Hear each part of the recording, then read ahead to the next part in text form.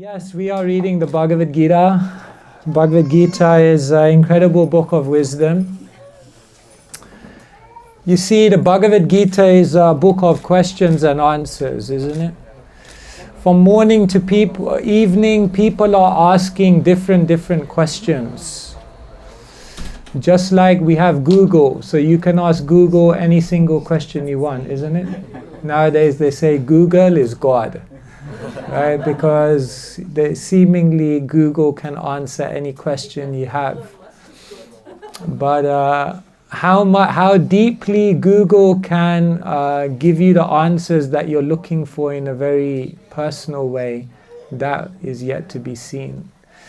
But when we open the Gita, we're not just reading a conversation of questions and answers which took place many thousands of years ago. But actually we're reading the questions that sit within every single person's heart. Can you name me some question that you think goes through everyone's mind at some point in their life? What's the purpose of life? What's the purpose? Why are we here in the first place? What's the purpose of life? Yes, that goes through your heart. What else? What other kind of questions? Who am I? Who am I? Yeah.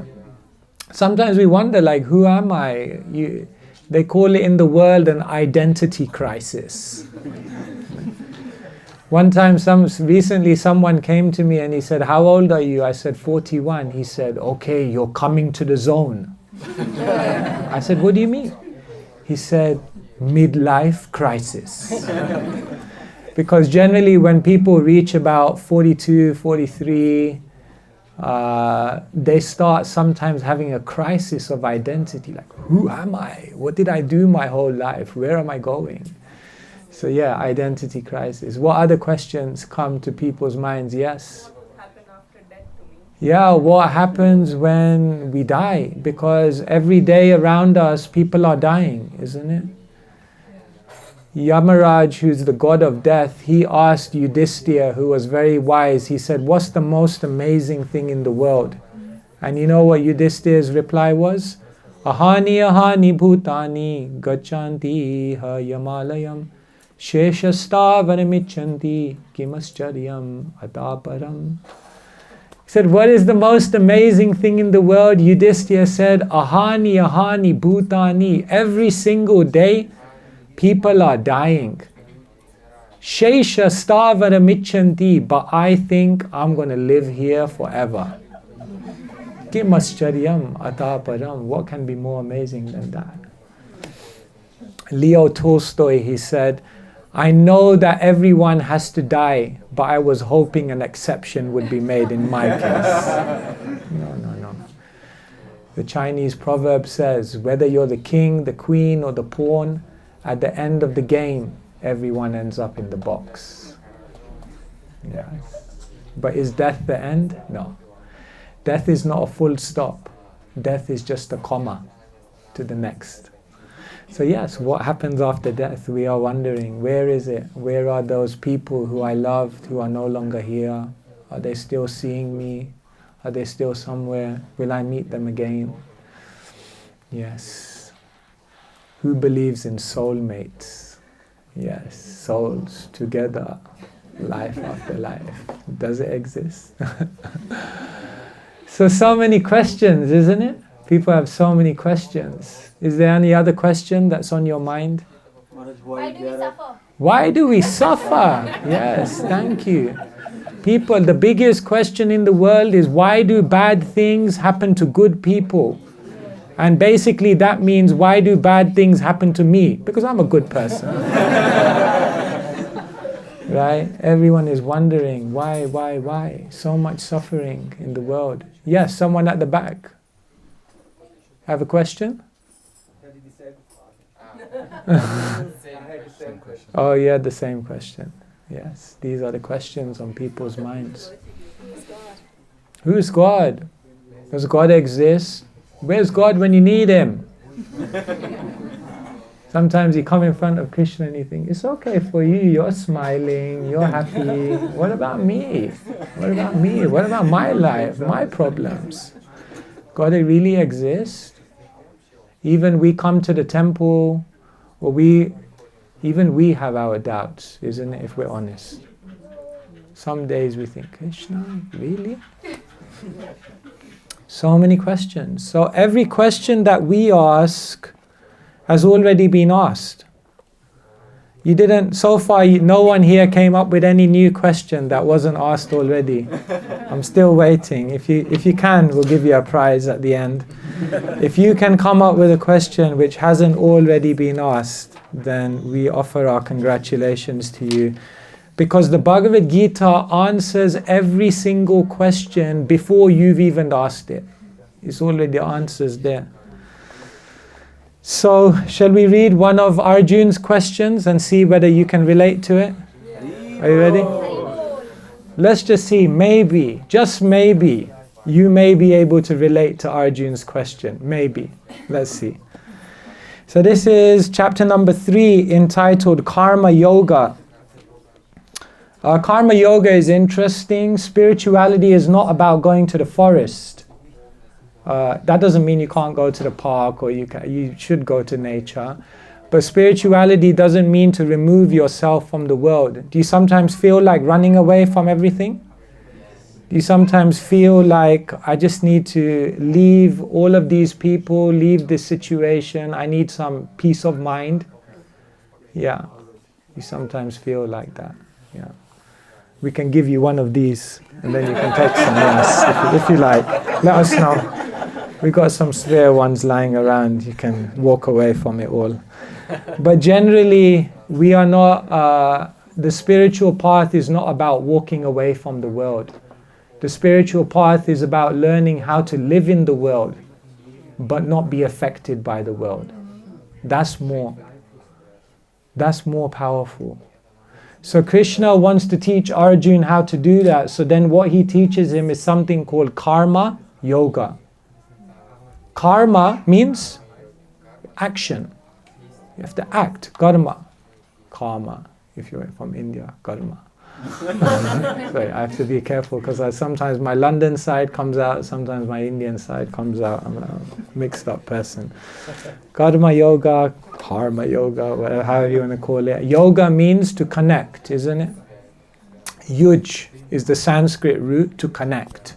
So Karma Yoga literally means how to connect every single one of your activities in life to God. That's amazing. You can be don't just be a mother, be a spiritual mother. Don't just be a businessman, be a spiritual businessman. Anything you do in life, you can connect it to the spiritual reality, and in that way, that activity frees you. So Karma Yoga is the science of how to act in this world in a spiritual way. But when we try to act in this world in a spiritual way, does it sometimes get complex? Isn't this world, it's a complex place, isn't it? Because it sounds easy on paper. Just connect it to Krishna. Sounds easy on paper. But then you go out, you have mortgages, you have bills, you have government regulations, you have so many things on your head. It's very difficult. And then you have temptations. Are there temptations in this world? Oscar Wilde, he was an English writer, he said, I can resist everything except temptation. Interesting. Huh? So this is what Arjuna asked Krishna now. Krishna is saying, why you want to run away from the battlefield? You be in the battlefield and you be spiritual. So Krishna is making it sound very easy. Arjuna is saying, hang on. There's some complexity. It's not so easy. So what does Arjuna say? Arjuna uvacha athakena prayuktoyam papam chariti purusha anichan apivarshneya balad eva niyojitaha.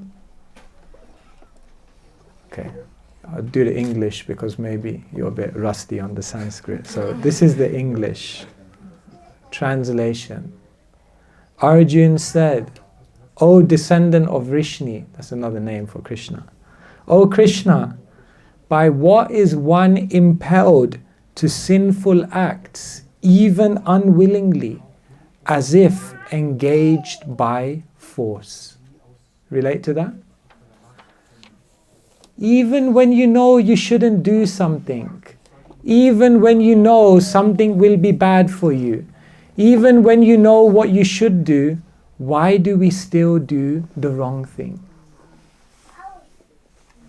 I think so. It is something we're all going through. Purport. A living entity as part and parcel of the Supreme is originally spiritual, pure, and free from all material contaminations. Therefore, by nature, he is not subject to the sins of the material world. But when he is in contact with the material nature, he acts in many sinful ways without hesitation, and sometimes even against his will. As such, Arjuna's question to Krishna is very sanguine. Nice word, sanguine. As to the perverted nature of the living entities. Although the living entity sometimes does not want to act in sin, he is still forced to act. Sinful actions are not, however, impelled by the supersoul within, but are due to another cause, as the Lord explains in the next verse. Srila Prabhupada ki Jai. So, do we have the experience in life that sometimes we know the right thing, but we keep doing the wrong thing? This is perhaps the story of our life. Can you give me an example in life of how someone may want to do the right thing, but somehow they just keep doing the wrong thing? Give me an example. Anything. Can be big, small, controversial, not. Yes. Someone knows smoking cigarettes is unhealthy. Excellent example. Yeah, someone knows smoking cigarettes is bad, but it's interesting if you look at cigarette packets. And you're looking at me thinking, why do you know so much about cigarette packets? It's interesting, when you look at cigarette packets 20 years ago, they used to have a sign. Smoking may damage your health. Then later on, the message changed. Smoking seriously damages your health. Then later on, the message changed. Smoking kills. It's amazing how the message gets stronger and stronger, but the sales also get higher and higher. I think like, wow, we're supposed to be warning people here not to smoke. It's amazing. Someone can pick up a packet, read it, smoking kills, and in the very next moment, smoke a cigarette. Isn't that amazing? We just think, oh no, that's just life. That's just part of life. No, it's crazy. It's crazy. Something else? Yes. Lies. Yes. Do you know how many lies the human being says every single day? You don't want to know. You don't want to know. How many lies? Big lies, small lies, lies about the future, lies about the past, lies which are outright wrong, or lies which are withholding information that you know you should really tell someone, but I don't know. Lies, lies, lies. So many lies. World full of. Even when we're trained to lie, actually. Become inbuilt. Anything else that you do which you don't? Giving money to traffic police when you cross the light. Really? This happens in Berlin? In India. In India, everything goes, Baba. In Berlin, if you do that, you'll get arrested. Don't do that here. Yeah, in India, oh my God. In India, if you have money, you can get anything done. Anything. Yes, so many things we do. So many addictions in the world as well. People are smoking. You want to know the top 10 addictions? Smoking, nicotine. Oh, sorry, that is smoking. Smoking, alcohol, narcotics, drugs.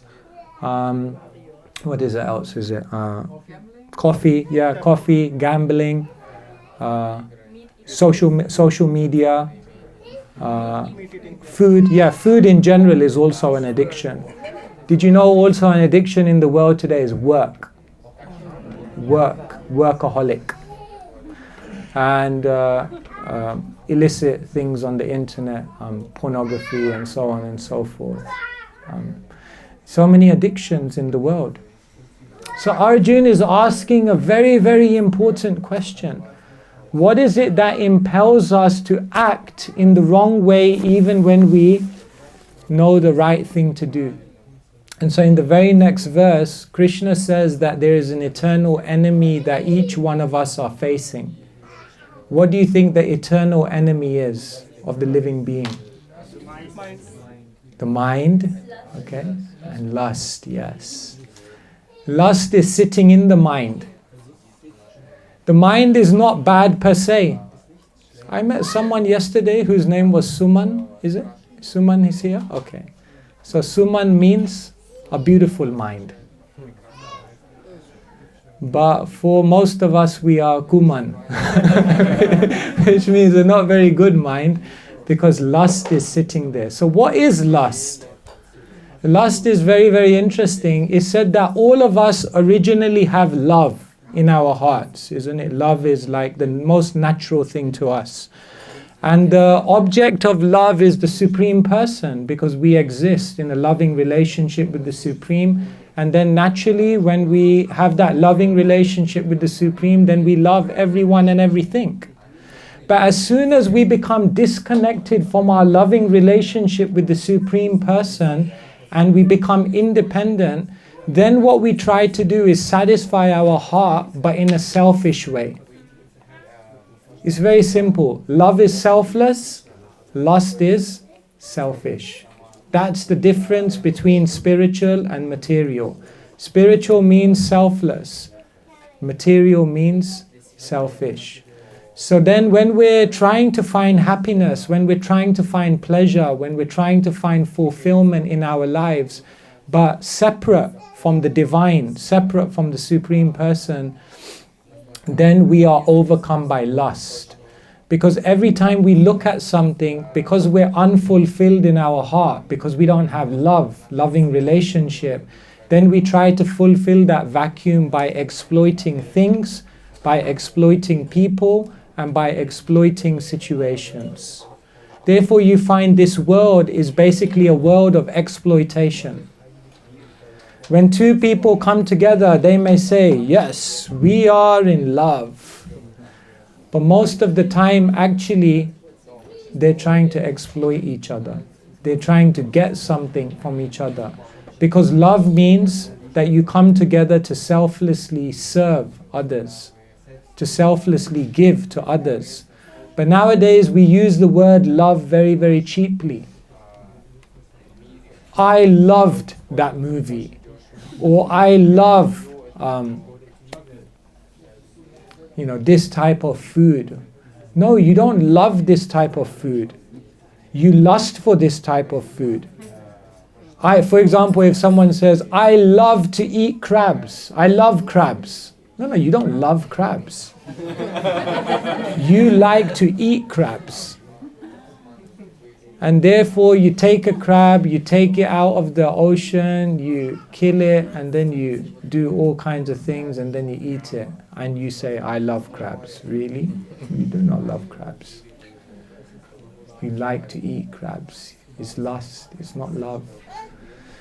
So basically we have this emptiness within our heart.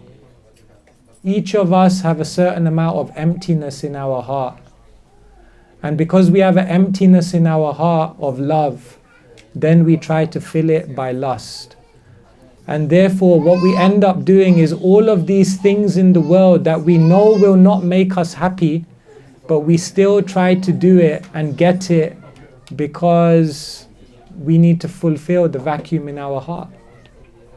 So Krishna begins to paint a picture and help us understand why we always succumb to temptation.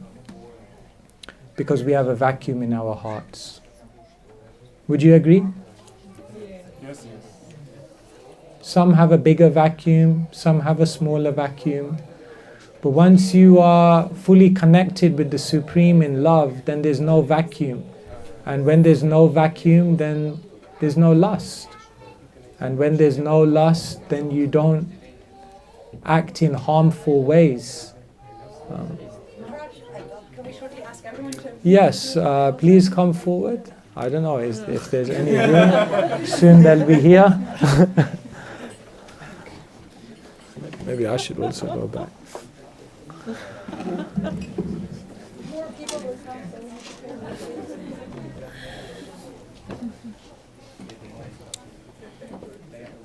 Sorry, I'm just going to make sure my phone's off.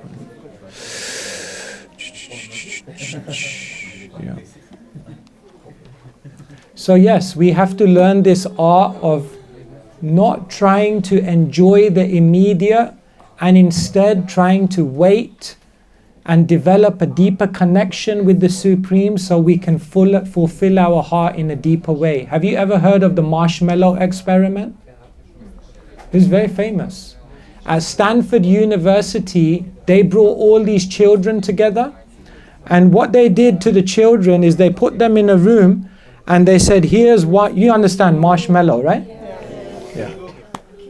Everyone's like, yes, marshmallows. Remember those days? So they gave one marshmallow to each child. And they said, you have two options. Either you can eat the marshmallow now, or you can wait 15 minutes. And if you wait 15 minutes and you don't eat it, then in 15 minutes we'll give you another two. What would you do? Yeah, you think, yeah, obviously wait 15 minutes. But after about 7.5 minutes, you're kind of like, I don't know, can I wait another 7.5 minutes? I mean, I could just have it now. Anyway, so some of the children just ate it within 15 minutes. And a small percentage of children waited. In other words, some children had the power of self-restraint. And then you know what they did? It's amazing, these scientists, they got like nothing better to do in their life. It's amazing. They caught up with these children like 20 years on in their life to see where they all ended up. And was there a correlation? Was there a correlation between all of those children who ate in the first 15 minutes and all of those who waited? Yes, there was a correlation. Because they found that those children that waited longer generally went on in their life to achieve much greater things. If you want to achieve something great in your life, you have to be able to give up the immediate temptation and embrace something that's going to be much better for you in the long term. If there's one line you go away from today remember this. Don't give up what you want most for what feels good now.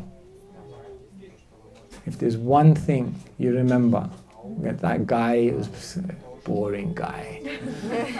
But if there's one thing, don't give up what you want most for what feels good now. Because if you're able to be a little patient, a little bit restrained, if you're able to resist temptation, if you're able to overcome the easy thing that you can do in that moment and say, no, there's something greater I have to do, then in your life you'll achieve amazing things. So Krishna says to Arjuna, the reason why you do something even when you don't want to do it is because you have lust. And the only way to overcome lust is to develop love. But to develop love, you have to restrain your lust. Oh no, it sounds like a catch-22, isn't it?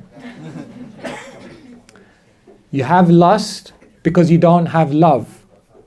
But to develop love, you have to control your lust. So it seems like that's so difficult, but you can do it. Because through intelligence, through different ways you can control your lust and give up this tendency to always give in to temptations. And so let me quickly tell you 4 things you can do to give up temptation. And then what I'm going to do is I'm going to open it up and then we'll have a discussion. Is that okay? If you want to give up temptation, the first thing is conviction. You have to be convinced about the great thing that you're trying to achieve in your life. And when you're so convinced about the bigger goal that you have in your life, when the temptations appear which divert you from that goal, you won't give in to those temptations. But if you don't have something amazing that you're aiming for in this life, then you'll always give in to the temptation. So the first way to be immune from temptation is you have to be convinced about something much greater that you're aiming for. Why can boxers be so disciplined? Because they're convinced that I want to be the gold medalist. Why do people, why are they able to be so disciplined when they're in their studies? Because they're convinced, if I get my degree, then I'll be able to earn lots of money and I can enjoy even more. They're convinced. So are you convinced of the spiritual reality? Are you convinced of what it means and why it's so amazing to develop a relationship with Krishna, with God, with the divine? If you are, if you're fully convinced and inspired about that goal, when the temptations come, when the temptation to hit the snooze button appears at 4:30 or 5 o'clock or 6 o'clock every morning, you'll say, no, I'm going to get up because I'm convinced about my goal. One devotee used to say to me, you want to know the distance between the material world to the spiritual world? I said, you can tell me the distance? He said, yes. The distance between the material world and the spiritual world is the distance between your sleeping bag and the bathroom when the alarm goes off in the morning. Because he said, if you can make that journey, you can make that journey. Discipline. So first thing is, you got to be convinced. Shall I tell you the second thing? If you want to overcome temptation, Yes. you have to be open. What do I mean by open? You have to have someone you can share your successes and failures with. You have to have someone you can be open with about your struggles. You have to be open with a friend who can give you advice when sometimes you give in to your temptations. You have to be open and honest and truthful about when you do fall prey to temptation. Because a problem shared is a problem solved. In English they say halved, but in Germany they're much more optimistic. Whether it's solved or whether it's halved, when you share a problem, when you share a struggle, then you get some strength. So always have friends that you can speak to, when you're struggling with different temptations. Third thing, safety.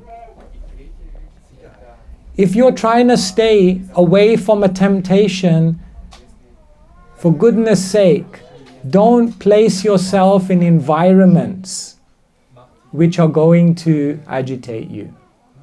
If you're trying to give up alcohol, don't hang out at the pub. I mean, it sounds obvious, but people do these kind of things. If you're trying to give up something, then don't go into places or don't be around individuals who will again fuel those desires within you.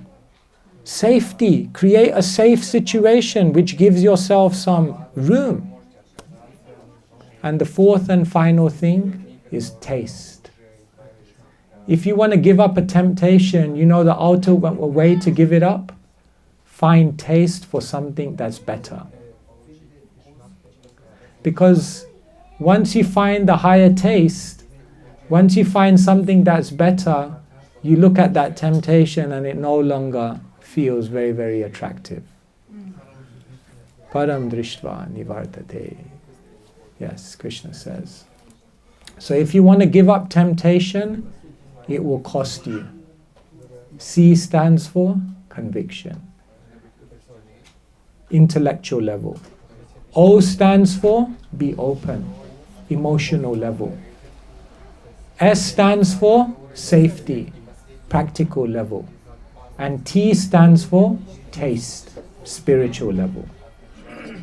If you strengthen yourself on all four of these levels, you will be able to give up temptation, and then you will be able to achieve amazing things in life. And most importantly, by restraining this force of lust, you can develop love. How amazing if we could have pure love in our hearts. Then you wouldn't walk through this world, you would float through this world. But right now we are a bit starved in love, because we think we have love. Sometimes we have a glimpse of love. Sometimes we have a feeling of love, but it's not substantial love, because in our heart there is still a lot of lust, a lot of selfishness. So Krishna is saying to Arjuna, just be patient, be calm. Try to control your lust and this desire to enjoy, exploit, and just engage yourself in the higher spiritual endeavors in a pure way, and you will awaken something much higher which will really satisfy your heart. And so that is the offer of the Bhagavad Gita. In the world today, when people are struggling with so many addictions and temptations, the Bhagavad Gita gives the highest perspective to overcome it. And that is what we are reflecting on today. Hare Krishna, Krishna Krishna, Hare Hare, Hare Rama, Rama Rama, Hare. Srila Prabhupada ki. Okay, so over to you. Maybe you have some question, you have some comment. Yes, at the back there. I don't know if there's a mic, otherwise you have to shout loudly. Yes, Prabhu, yes. So, I'm unable to frame a question, but I have a thought which is not framing properly. Okay, yeah, sure. So the thing is, being in a spiritual journey, for instance, you talked about having the goal of achieving something or getting a job, doing something. In spiritual journey, we are taught to not have anything like this. Like, why do you need a job? For bigger money. You don't need money in this journey or position that boosts your ego, so you don't look after it. So there are a lot of things which happen in this process which makes you lose interest in your life. I know that there is some flaw in this thought process, but what is the flaw which is something that... Okay, so it seems that once we take up spiritual life, we lose all of our ambitions. We don't want to climb to the top of the corporate ladder. We don't want millions of pounds in the bank account. We don't want power, prestige, popularity. So what else is there then to live for? Is it that spiritualists just become unambitious? Spiritualists are the most ambitious. Srila Prabhupada came to America at 69 years old. And what did he do in the next 12 years? He circled the globe 14 times.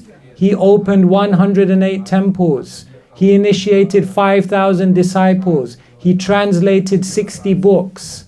He gave over 4,000 lectures. And he made Hare Krishna a household word in every single major city of the world.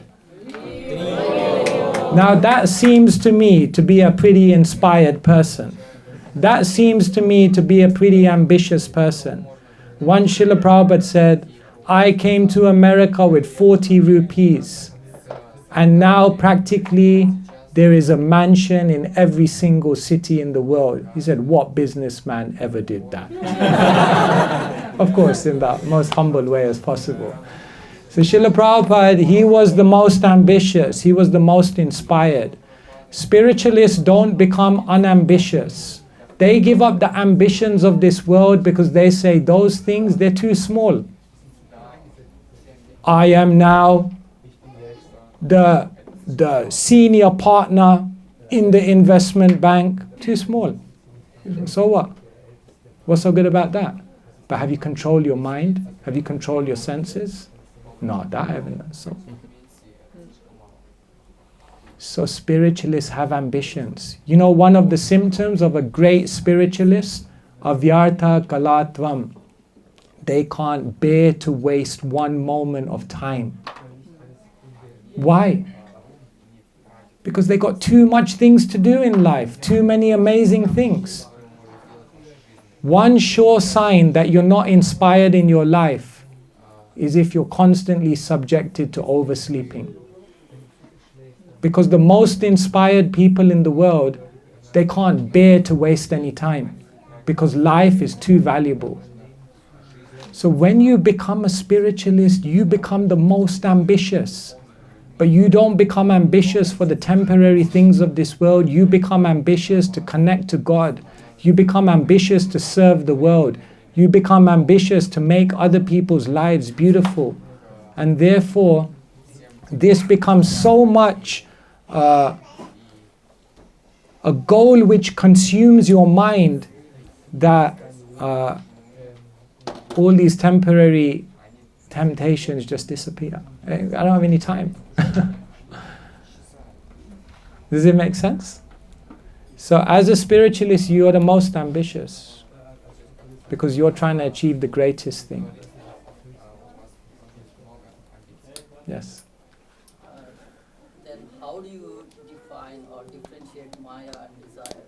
So sometimes the desire could be end up in the Maya after pursuing 20 years. And do you think desire and Maya are both the same? So how do we differentiate between desire and Maya? So desire is the volition of the soul. So all of us have desire. Whether you're a spiritual person or you're a material person, you can't live without desire. Because desire means to be alive, means you desire something. There's no question of becoming desireless. We are souls, we always desire. So everyone has desire. Now, there is the force of Maya, which is the force of material illusion. And when someone is overcome by that force, then their desires become material. So desire overcome by Maya, it's like a formula. Desire plus Maya equals material desire. Kind of rhymes, yeah? Maya plus desire equals material desire. Okay? As soon as you overcome Maya, then that desire becomes spiritualized. So it's not that Srila Prabhupada didn't have desires. Once there was a yogi, and they took a picture of him in the newspaper, and there was a mound of money, and he was like this, like, no. So it was like a, picture in the newspaper. So Prabhupada saw it. He said, call the photographer and take a picture of me and I'll be like this. I'll take all of that money. Material desire? Maya? No. I want the money so I can use it for serving Krishna. That is desire minus Maya equals spiritual desire. So if you bring Krishna into your life, then there's no more Maya. Krishna Surya Sama Hoya Maya Andhakar. Yaha Krishna Taha Nahi Maya Radhikar. Krishna is like the sun and Maya is like darkness.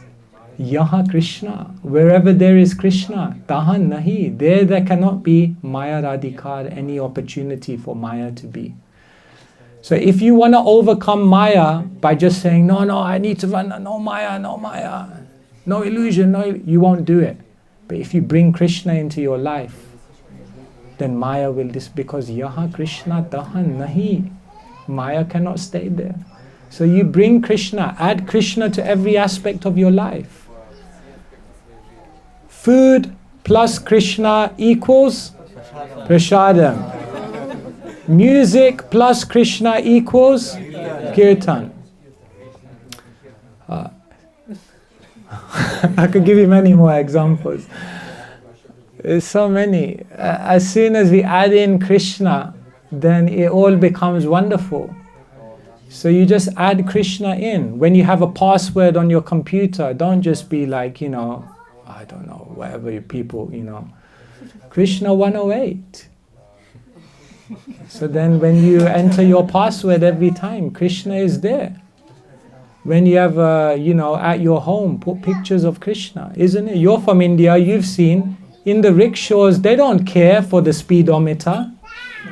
Pull the speed, who wants to follow the speed limit anyway? Take it out, put a picture of Krishna, because if I'm driving and I hit someone, at least I'll see Krishna. You bring Krishna, anyway, don't do that here. You need to also follow the speed limit, but bring in Krishna everywhere where you can bring him in. When you're driving, hear about Krishna. When you're walking, chant Krishna's names. Yena tena prakarena mana Krishna nivesha. Yeah, this way or that way, somehow or other, bring in Krishna. Because Krishna consciousness is so beautiful. You don't have to give up your desire. Just connect all your desires and bring Krishna. Make Krishna part of the party. Krishna is not like, don't have a party. He's just like, let's have a party together. So just bring him in. Does it make sense? Yep. Thank you. Yes. Prabhu. I had recently had a conversation with a... I think there's a mic coming for you. I recently had a conversation with a devotee, and he was very depressed. And I was talking with him, and I asked him, so, what are the things that you like?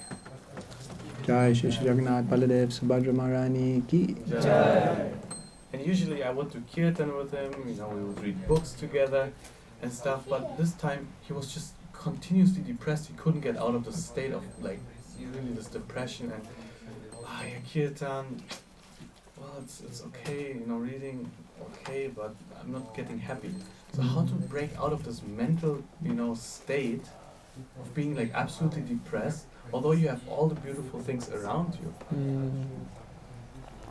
So sometimes even when someone is surrounded by so much spiritual opportunity, still sometimes we're overcome by negativity, by feelings of depression. Sometimes depression is a very taboo thing in this world, people don't want to talk about it. But my understanding is that everyone goes through some level of depression in their life, isn't it? Some days you wake up, everything is fine, and you just think, I don't feel so, why? Everything's fine. Yeah, but I don't feel. So Krishna explains in the Bhagavad Gita that we are always subjected to the modes of nature.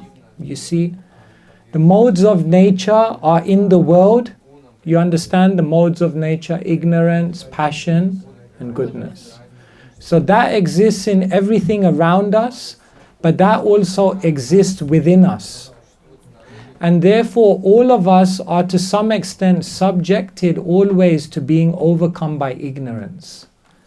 And when the mode of ignorance within us becomes more and more prominent, then what happens is this feeling of depression, this feeling of uselessness, this feeling of lethargy, apathy, complete uninspiration about life, it comes about. So the real question is, how do we fight the ignorance within us? So the first very, very important thing is association with spiritual people. Because if you constantly are surrounded by people who are inspired, if you are constantly surrounded by people who are feeling, connecting, then it will constantly give you that inspiration to do it. Spiritual people carry us. But the problem is, what happens when we become depressed or overcome by ignorance is we tend to distance ourselves more and more from the spiritual people. But that distance is you're creating a bigger problem. Rather, you need to place yourself with those people. Just like many of you are from India. So you know what it's like when you go on a Mumbai train. Isn't it? It's completely packed, and then your station is coming and you're thinking, how in the world am I going to get to the door? But you don't need to worry. You just need to get to some point in the carriage And then once the door opened, the door is always open anyway. But once it comes to the station, everyone starts rushing out and you don't even need to walk, the crowd will carry you. So association is like that. But oftentimes what we're doing is when we are overcome by ignorance, we create a gap. We move away from the devotees. We move away. We go into our little homes, in our little bubbles, and then we... So first thing is association. Second thing is, if you want to fight the ignorance which brings about this kind of depressive state, then we need to develop more and more sattva in our life. You'd be amazed. The environment that surrounds you, the food that you eat, the kind of daily lifestyle that you have, all of this has an effect on your mindset. Even the amount of light in your room has a difference. Did you know in the northern part of Sweden, during the winter time they have like 23 hours of darkness because they're on that part of the globe. And they found that the suicide rates in that part of the year are much higher. Because there's a sense that when you're around darkness all the time, then you also develop that ignorance within you. When do people do the most stupid things? In the day or in the night? In the night. Because it all has an effect. So we need to... This is why Krishna's Bhagavad Gita is so amazing. Because it's a life manual. It's teaching you how to live and counteract all of these. People are trying to counteract it through medicine, through chemicals, through all kinds of artificial, and they're basically aggravating the whole problem. Now I will add one other thing here. If someone is going through such a thing, like therapy and things like that can also help. Sometimes we also just need to speak. This is also another important point. But therapy, it may not get to the root of the problem. The root of the problem is that we haven't found love, spiritual love. So therapy can help, and then ultimately we have to become connected. So these were some ideas. It's a big topic and I appreciate you raising that because this is the reality. And if anyone is going through that, don't feel that there's something wrong with you, that it's only me. No, in this day and age, everyone goes through these things. So speak, be open, take help, change your lifestyle, and you can come out of it. It's amazing. Even in the Bhagavad Gita, the verse says, Arjun put his bow down, depressed. Even Arjun was depressed. Depressed? Really? Yeah, because we have a certain conception. Yes, he was depressed. He was overcome by that mode of ignorance. So, I see many hands, and then I don't want to miss someone out, so I just go. Okay, yeah. Okay, here, and then I see a hand there. Hare Krishna. So I have this question that I'm very shy about presenting Krishna to people. Then they, like, somebody sees my smartphone lighting up and there's Krishna. I feel very shy about it. And like, I think it might be wrong. Maybe if it's wrong, what is wrong and how can I overcome this? Oh, your shyness about being a devotee of Krishna and showing, Yeah, there's a sense in which in life sometimes we're very self-conscious. You see, we all want to be accepted. We all want to be appreciated. We don't want to stick out from the crowd. In my life, I never wanted to stick out from the crowd. That was my goal of life, that I should merge into the crowd. But then what happened, when I was about 17, I shot up in height. So I was already like double the size of everyone. I'm like, no, God, I just want to stick into the crowd. Anyway, I thought maybe no one will notice. And then later on I thought, let me just merge into the crowd. And then I became a Hare Krishna. oh God. Then you completely stand out of the crowd. Then later on I thought, at least I'll merge into the Hare Krishna crowd. But then I became like a brahmachari in bright orange. So then again, I was sticking out. And I thought, anyway, maybe I'll be able to just be a bit more low-key. And then nowadays I kind of walk around with one of these sticks everywhere. And then you kind of like stick out again, you know. So I was also like that. I never wanted to stick out. I never wanted to I just wanted to kind of be in the crowd, be accepted. And you know, in the beginning you can do that. You take some time to become comfortable with being a devotee of Krishna. Sometimes, you know, when there's an endangered species in the world, then they have something called a sanctuary, isn't it? It's like these very delicate birds. So they're in a sanctuary, it's very controlled, not subjected to the world, so that they can grow a little bit strong. And then when they're strong enough, they can fly. So maybe you need to be in the sanctuary, you know. Build your confidence, build your conviction. But then at one point in your life, you need to fly. How long are we just going to be just fitting into the world? When I joined the monastery, one of the monks told me, you have to resist the temptation to be normal. I said, we shouldn't be normal? He said, no. He said, because those who are now considered normal accept the values and principles of an insane world. But we want to be normal. We want to fit in. But what you want? You want to be normal? You want to fit in with this crazy world? It's crazy. This world is absolutely mad. Am I exaggerating? Maybe. We do all of these things. Like say, for example, years ago, people used to go from place to place by riding a bike. And that was good because they got to the place and it was good for their health. But later on we became advanced. So then now we have motorbikes and cars. So nowadays people whiz around from place to place in motorbikes and cars. And then at the end of the day, when they're completely exhausted, what do? They pay 30 euros, go to a gym and sit on a bike and sweat themselves and go absolutely nowhere. But this is normal. This is normal. This is what we do. That's normal. Everyone should go to a gym, right? It's good for your health. See, can you imagine what people 100 years ago would have thought if they saw someone in a room riding a bike, sweating like anything, paying for it, and going absolutely nowhere? I mean, it's absolutely mad. It's absolutely crazy. This world is mad.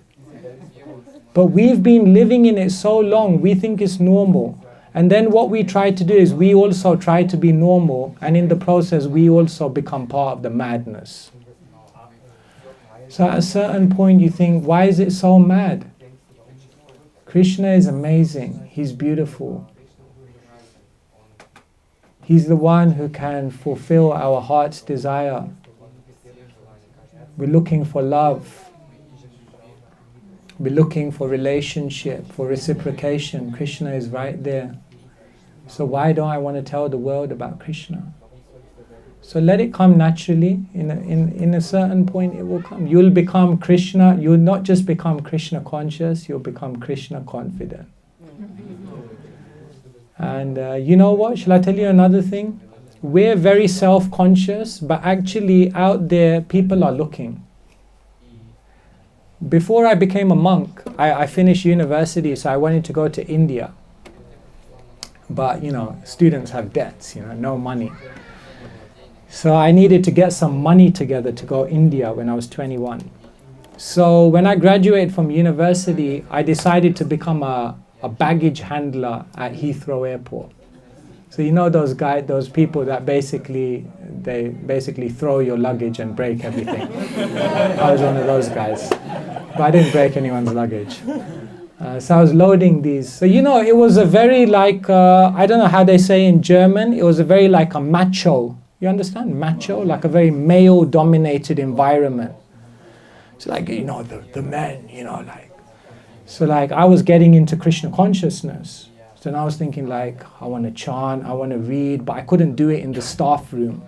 Because I was like, these guys, they're not going to understand, So what I used to do in Heathrow Airport is in the break, I used to go to like gate 1008, right at the other side of the airport, where it was quiet. And then I would sit on the seat, and then I would go like this, and then just do my chanting, my reading, in peace. So once I was doing that, and then I heard a sound, Sandeep, that was my name before. Sandeep. And I thought, wow, who's this? Maybe it's Krishna calling me. There's no one here. Like, it wasn't Krishna. And then I looked forward, and it was one of the people I was working with. So he looked at me, goes, what are you doing? What in the world are you doing? So I was like, oh my God, now I've got to explain to him. I'm a devotee, Krishna, chanting, meditation. I was like, oh. Anyway, I had to be honest. So I said, I do a bit of meditation. It's Krishna, nothing too dangerous. It's okay. He said, no, tell me more. Tell me more. So he was like wanting to go in deep. Anyway, I had a 1-hour conversation with him, and this person was so interested. Not only that, he went back to the staff room and he told everyone, this guy, he's into Krishna, he meditates, he's into yoga. He told everyone. And then the next day I came into the staff room, and they like rolled like a red carpet out for me. They were like, sit down, this is now your Vyasasana. I became like the guru. I became the guru of like Air France staff room, And I realized all of these people were actually into it. All of these people were actually asking these questions, but they had no answers. What did we do at the beginning of today? I asked all of you, what are the questions that every single person asks in their life? And all the answers are here. So at a certain point, we become confident enough to know that Krishna consciousness is actually what everyone's looking for. Right now, we're not kind of convinced. Right now, we're thinking, Krishna consciousness is good for me, but I don't think all these guys are going to be into it. But later on, you realize, no, this is what everyone's looking for.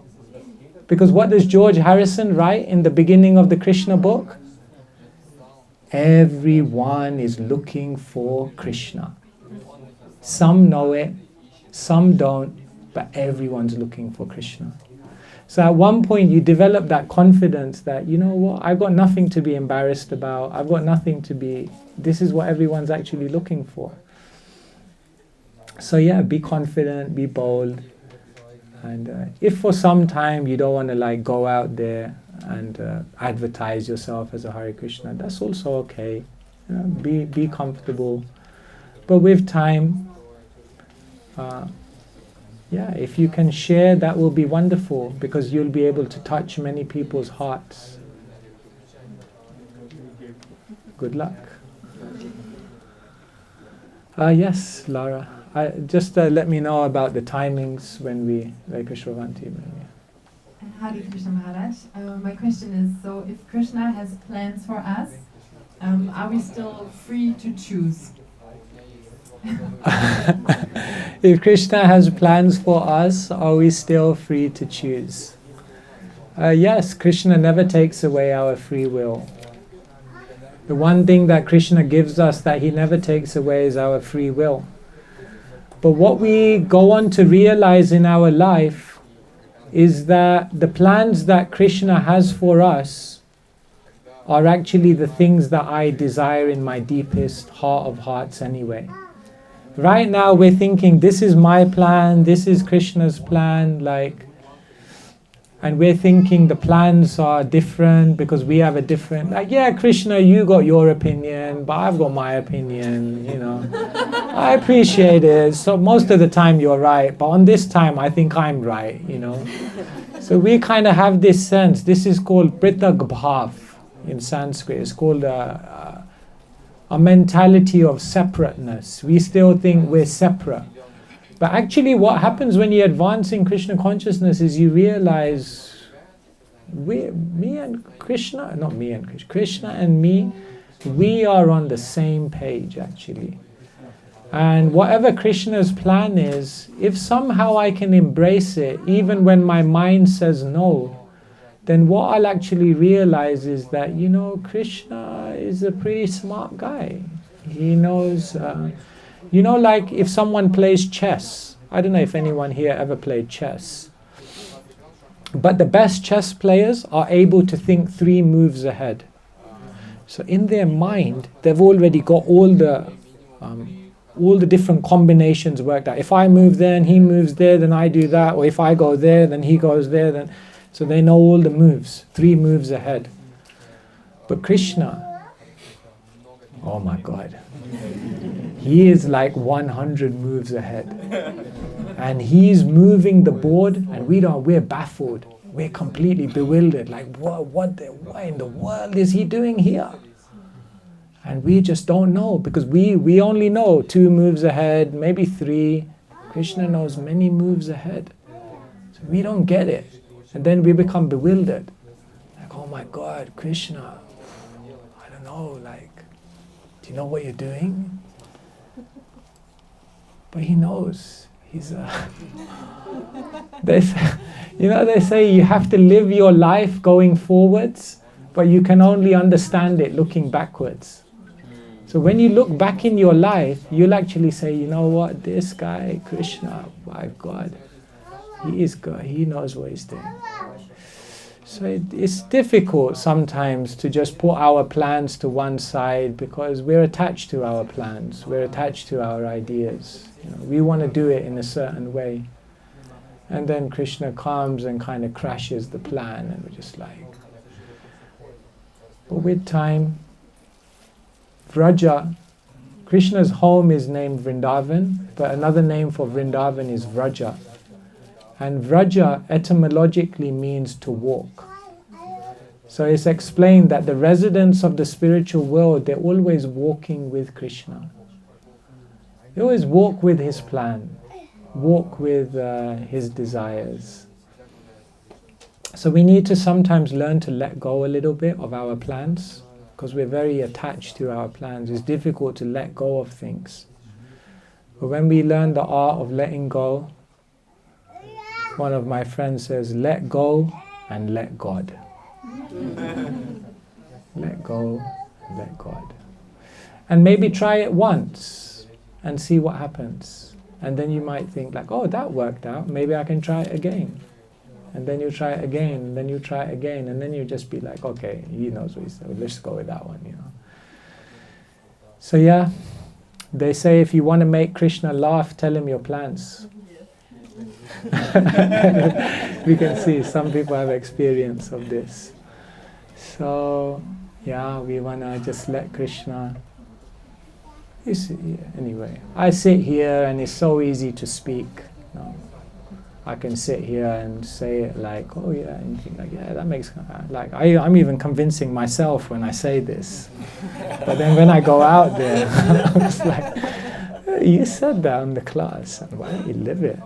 It's difficult. Anyway, some thoughts. I saw a hand here, and then I see hands there, so I'll take one here and then... Yes, Hare Krishna. Seems like you talked about that the thing with the lust and stuff, and it seems a bit like many people are kind of, including myself, are like stuck in an awkward middle position. I might call this like a stalemate. I don't know if that's the right English word. Stalemate? Yeah. In what sense? Well, I mean that it's an awkward middle position. I mean, you theoretically know what you would like to aspire for. You have that theoretical conviction. And the other part of the game is also very strong. And I mean, I guess being in the Grasser kind of stage, that also brings that with it. You know, it's like you kind of almost you also answered the question already that patience is like the name of the game. But could you elaborate on that? Is there anything else than patience to move from more in the favorable direction of love and away from the lust? Yeah.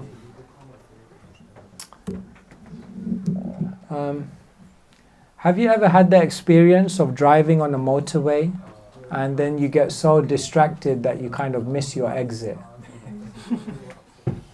And then you're driving past the exit and you're like, oh no, I just missed the exit. And in that moment, all you want to do is just turn around. But you can't do that. You'll be finito. So then you have to accept it. I missed the exit. And then it's kind of like it's annoying. You have to keep driving and you feel like I'm driving away from the place I want to go. But you have to do that. And then you have to drive, and then you come to the next exit, you slow down, you go on the roundabout, you come back, and then you drive back, and then finally you get the exit. So our life is something like that. That we made all of these decisions and we created a certain life for ourselves. And then we think, I missed the exit. It was all about developing love. But now I've got all these other things in my life. I feel like there's so many things which are disconnected from Krishna. But you can't just overnight just like turn it around. You have to change your life bit by bit. Keep adding more Krishna in. Taking away those things that don't contribute to your journey. Chipping away. Srila Prabhupada said this human form of life is like a block of hardwood. And somehow you have to carve Krishna out of it. So when you think of a sculptor, that's what a sculptor does. They chip away at their life and create a very Krishna conscious life. So I think that's how we are going to make our life very, very beautiful. Going from lust to love is not overnight. It goes in degrees. And the more we add in Krishna, the more we learn to connect things consciously to Krishna, and the more we start letting go of behaviors, attitudes, activities, situations, relationships that don't contribute to my spiritual growth, the more we're going to find that love is coming about in a more prominent way. And so we have to become sculptors of a spiritual life. I don't know, I'm saying something general. I don't know if this is helping. Or Thank you very much. Perfectly. Yeah. With the motorway, I can very much relate to that. Yeah, so it's frustrating, because in that moment we just want to turn around. We know where we want to be, but we can't. We have to accept. I missed the exit. So it's difficult, but we have to accept, and then we have to be patient. And know that, but have a vision. So you have to have a vision in your life. In 10 years, in 15 years, I'm going to be here. You know what Mark Zuckerberg said? He said, most people overestimate what they can do in 1 year and underestimate what they can do in 5. Interesting statement. Because our mentality is we want to just get everything done now. And therefore we overestimate. But we don't have the patience to understand that if we do something regularly over a period of 5 years, you can do amazing things. So we should have a long-term vision. There's an app on your phone, you can buy it. Not buy it, get it for free. It's called Become a Sage, Page by Page. So it's very good because it's like you can write like Krishna book, and you can say, I want to finish it in 1 year. And then what it will do is it will calculate for you how many pages you have to read every single day. And I like it very much because it just shows that if you do something every day, you achieve something amazing. Okay, here, let's do it. Let's say you wanted to read the Krishna book. How quickly do you want to read the Krishna book? 2 days. 2 days? Come on, you can't do that. Say we want to read the Krishna book in 6 months. Okay? Krishna book, 1:6. You know how many pages you have to read every day? Take a guess. 10? 16? 12? 20? 5. 5 pages. What's that? Piece of cake. We underestimate the power of regularity. 5 pages every day. That means if you read 10 pages every day, you can read it twice in 2 months. Or if you read 5 pages a day for 1 year, you'll have read it twice in 1 year. That's amazing. Imagine someone made a vow, I'm going to read 5 pages of Krishna book for the rest of my life. That might mean by the end of your life, you've read Krishna book 50 times, or maybe 100. And then maybe, just maybe, antakale chamameva smaran muktva kale. Maybe at the antakale, maybe at the end of time, you maybe, just maybe, you'll remember Krishna. And if you do, so we have to be, therefore Rupa Goswami says, utsahan nishchayat. You have to be enthusiastic but patient. Patience without enthusiasm, mode of ignorance. Enthusiasm without patience, mode of passion. Enthusiasm and patience, goodness. So we have to factor that in. Yeah, it's... I can keep going and going.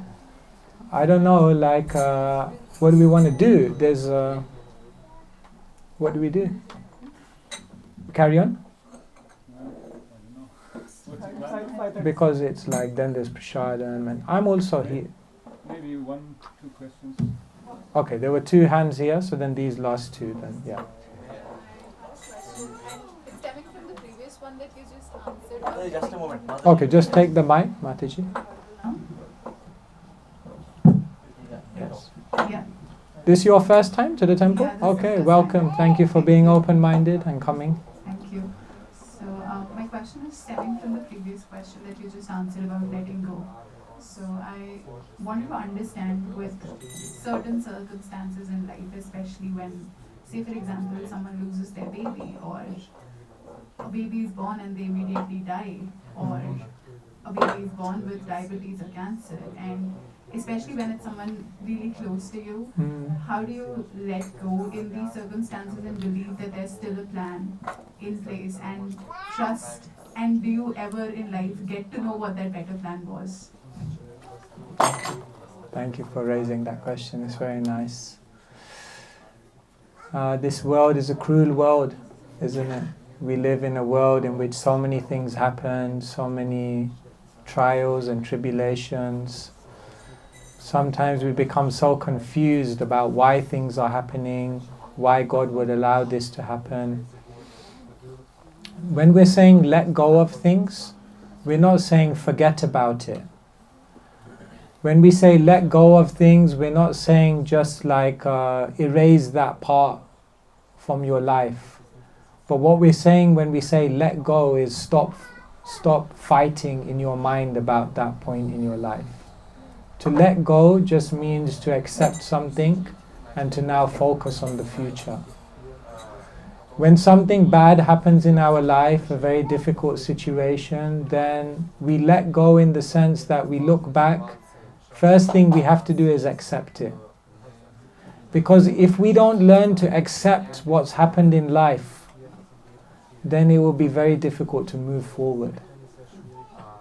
The next thing we try to do after accepting is we try to deeply pray, study the books of wisdom, speak to spiritual people, and ask them, what lessons could I learn from this? What is life teaching me through this? Our understanding is that nothing happens in life by chance. So even the most difficult things that happen to us, inside of them is a lesson that is helping us to move towards eternal happiness. So then the second thing we do is we try to learn the lesson. And then the third thing we do in our life is we focus on the future, trying to live that lesson and live a better life. And like this, we have to keep moving forward. We're not going to sit here and say everything that happens in life happens for the best. Some things just hurt. It's not that everything in life happens for the best, but there's something good we can learn from everything that happens in life. And so some things are just tough. But that doesn't mean we can't still draw from that situation something that will help us to move forward in our life.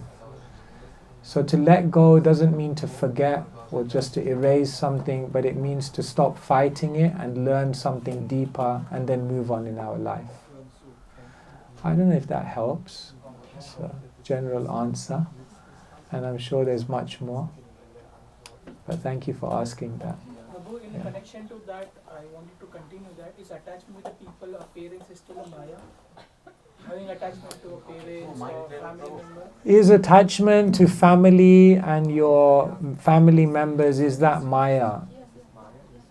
I was mentioning this morning that when after Arjun heard the whole Bhagavad Gita, Krishna told him, the wise lament neither for the living nor the dead. We're just the soul.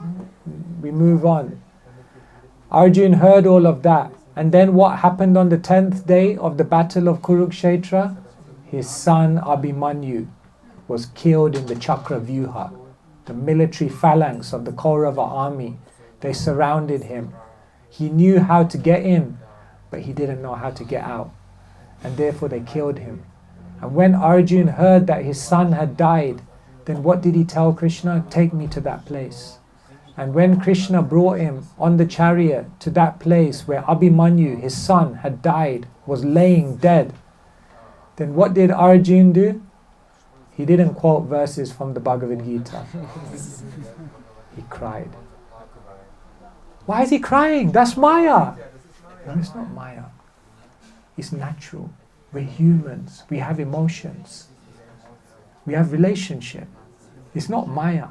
But he wasn't attached because after what happened, he grieved.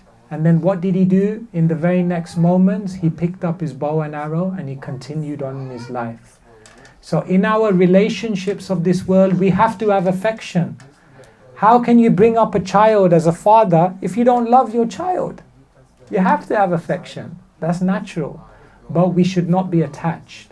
In other words, after giving our love, giving our best service to that personality, then we step back and we say, ultimately, we are all spirit souls on a deeper journey. I've offered my love and care and affection, and now, after all is said and done, this soul has to go on their journey.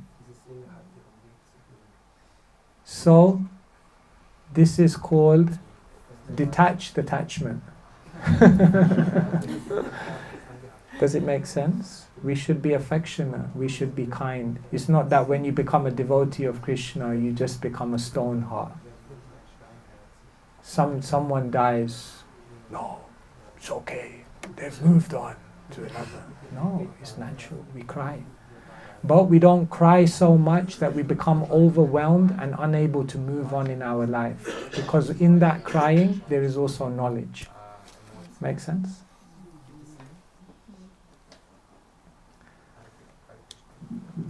Hare Krishna Maharaj, thank you for your class. I have a question.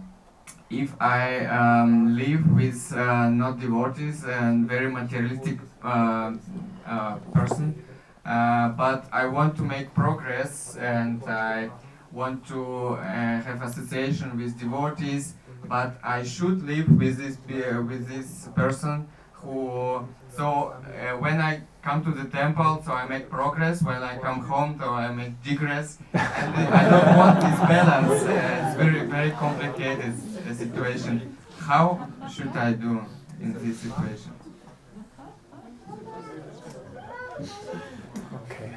Thank you. You see,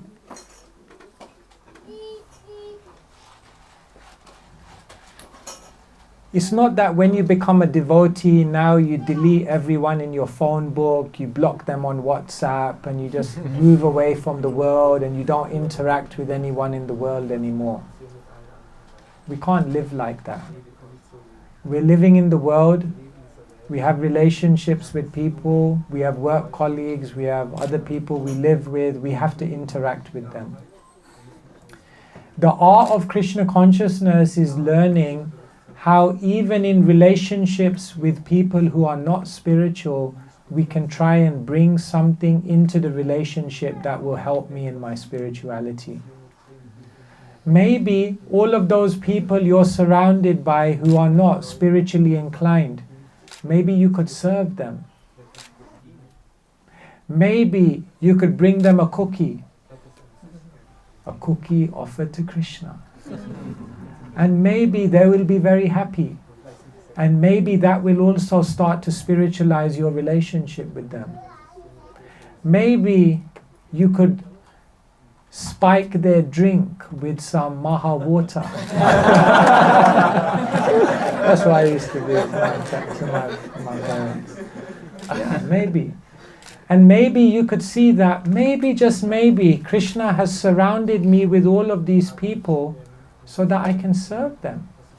And maybe by serving them, maybe by helping them to get connected to the spiritual reality, maybe that will also help me to become a better spiritualist myself.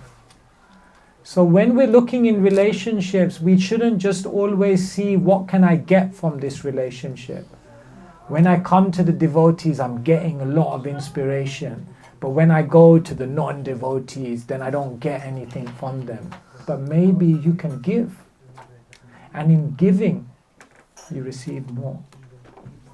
So it's difficult because they have different goals. They have different aspirations. They have different values. Therefore, you interact with them, but on a certain level. Once there was a monkey, and the monkey saw a crocodile swimming down the river. So the monkey said, I want to go on a trip down the river. So the crocodile said, jump on. So the monkey jumped onto the crocodile and they were going down the river. And then at one point the crocodile stopped in the middle of the river and said, I want to now eat your heart. And the monkey said, oh, you want to eat my heart?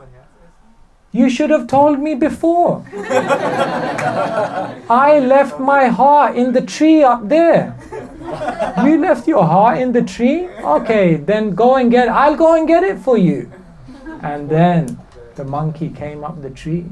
And then, you know what he did. So that means you can associate with people, but you don't have to bring your entire heart. The confidential things of your heart, maybe only those who are on your path, they will understand. And you share those parts of your life with people who will understand that.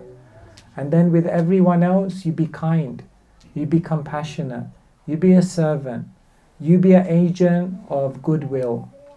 And then you will see that all of them are also helping you in your journey. And you may be surprised. Just like I gave you the example of me working in the airport, surrounded by all these so-called materialistic people. Maybe everyone is looking for Krishna. And if we're kind, if we're compassionate, then maybe we may be able to spark something within them. So let us try to do that. The people who are surrounded by were not put there by chance. Everyone who's around you is there to play a certain role in your life.